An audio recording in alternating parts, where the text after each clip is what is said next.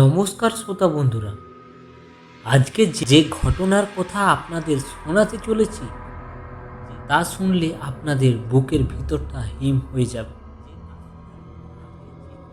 ঝাড়গ্রাম জেলার এক অত্যন্ত অরণ্যের ভেতর হারিয়ে থাকা একটি গ্রাম, যেখানে আজও সন্ধে নামলেই লোকে দরজা আটকিয়ে দেয়। বছর 15 আগে এক ঘটনা, এক অন্তঃসত্ত্বা মেয়ের, যার গর্ভের সন্তানকে নিয়ে হয়েছিল এক বিকট ও অভিশপ্ত সাধনা। কিন্তু শ্রোতা বন্ধুরা, গল্পের শেষে জানবেন সেই সাধকটি কে ছিল এবং কেন সেই মেয়েটিকে বেছে নেওয়া হয়েছিল বলি হিসাবে। তো ভয় পেতে প্রস্তুত তো? কারণ এই কাহিনীর জগৎ চিনিতে ভূতের এক ঘটনা শোনা।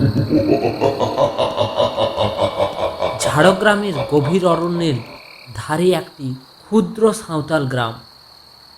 গ্রামে সবাই সবাইকে চেনে। সেখানে থাকতো 22 বছরের এক মেয়ে, মহুলা। 3 মাসের অন্তঃসত্ত্বা সে। স্বামী শহরে কাজ করত, মেয়েটি থাকতো তার শ্বশুর বাড়িতেই। কিন্তু কয়েক সপ্তাহ ধরে গ্রামবাসীরা দেখতে পেত মহুয়ার চোখের নিচে কালচে দাগ। অদ্ভুত ভয়, রাতে নাকি কেউ তার জানালার বাইরে চক্কর দেয়।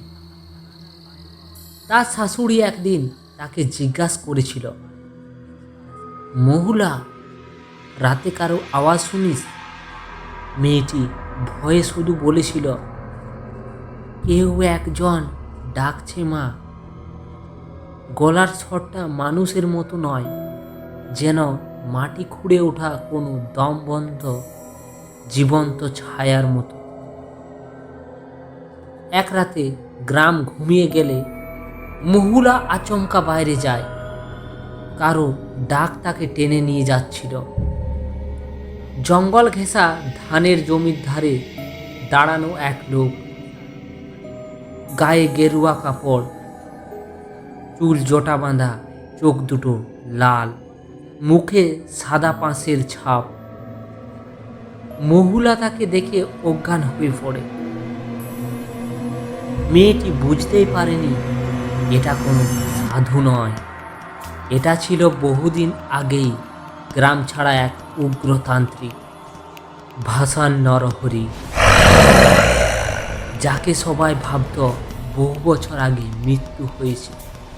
মহুলা জেগে যখন তার চোখ খুলে, সে দেখতে পায় বাঁধা পড়ে আছে জঙ্গলের মাঝে পুরনো এক কুড়ে ঘরের ভিতর। চারিদিকে কালো কাপড়, মাথার খুলি, লাল রাঙামাটির দাগ। তার সামনে দাঁড়িয়ে সেই নরহরি, চোখে উগ্র উন্মাদনা। সে ধীর গলায় বলল, তুই ভাগ্যবতী, তোর গর্ভের শিশুই আমার সিদ্ধির চাবি। মহুলা চিৎকার করতে তার মুখে চেপে ধরে নরহরি বলল, তুই তো জন্মেছিস পূর্ণিমা সন্ধিক্ষত্রে, তোর বংশের মেয়েরাই পারে জগৎ বিভীষিকা সিদ্ধি। মহুলা তখন বুঝতে পারছিল না সেই সন্ধিক্ষণ কথাটার মানে কি। রাতের শেষ প্রহরে শুরু হয় ভয়ানক তান্ত্রিক কীর্তন। নগ্ন আগুনের চারিদিকে লাল গুঁড়ো ছটিয়ে নরহরি নাচতে শুরু করে। মহুলার পেটের দিকে তাকিয়ে মন্ত্রোচ্চারণের তীব্রতা বাড়াতে থাকে। মন্ত্রোচ্চারণের শব্দ যেন মানুষের মুখ থেকে বেরোচ্ছে না, মনে হচ্ছে চারিদিকে অদৃশ্য কেউ কেউ একসাথে জপ করছে। মহুলা প্রচণ্ড যন্ত্রণায় ছটফট করতে থাকে। আর ঠিক তখনই তার পেটের ভিতরে হঠাৎ নড়াচড়া বন্ধ হয়ে যায়। সব কিছু নিস্তব্ধ। তার গর্ভের শিশু অবিকল সেই মুহূর্তেই মারা যায়। নরহরির ঠোঁটে এক বিকৃতি হাসি ফুটে ওঠে। সে বলল, এখন পুরনো দেবতারা সন্তুষ্ট হবে।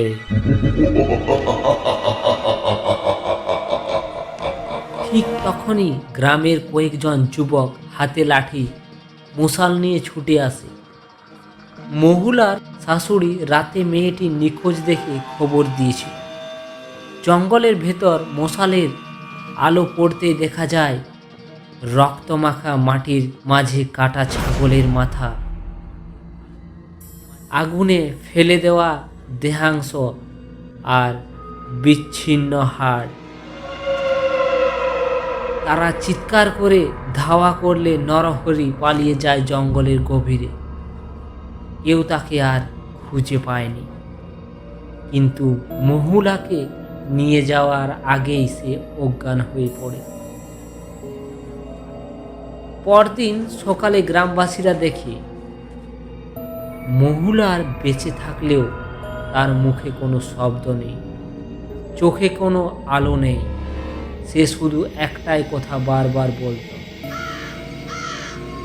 ও আমাকে ডাকছে, আমি জানি সে ফিরবে। তো শ্রোতা বন্ধুরা, আপনারা জানতে চেয়েছিলেন সেই সাধক নরহরি কে ছিল এবং কেন মহুলাকে বলি হিসাবে বেছে নেওয়া হয়েছিল। তার উত্তর লুকিয়ে আছে আমাদের দ্বিতীয় পর্বে। তো এই ঘটনাটি যদি আপনাদের ভালো লেগে থাকে এবং আপনারা দ্বিতীয় পর্বটি যদি শুনতে চান, অবশ্যই চ্যানেলটিকে সাবস্ক্রাইব করে আমাদের পাশে থাকবেন। সবাই সুস্থ থাকবেন, ভালো থাকবেন, কারণ ভূতেরা এখানে ঘটনা শুনে।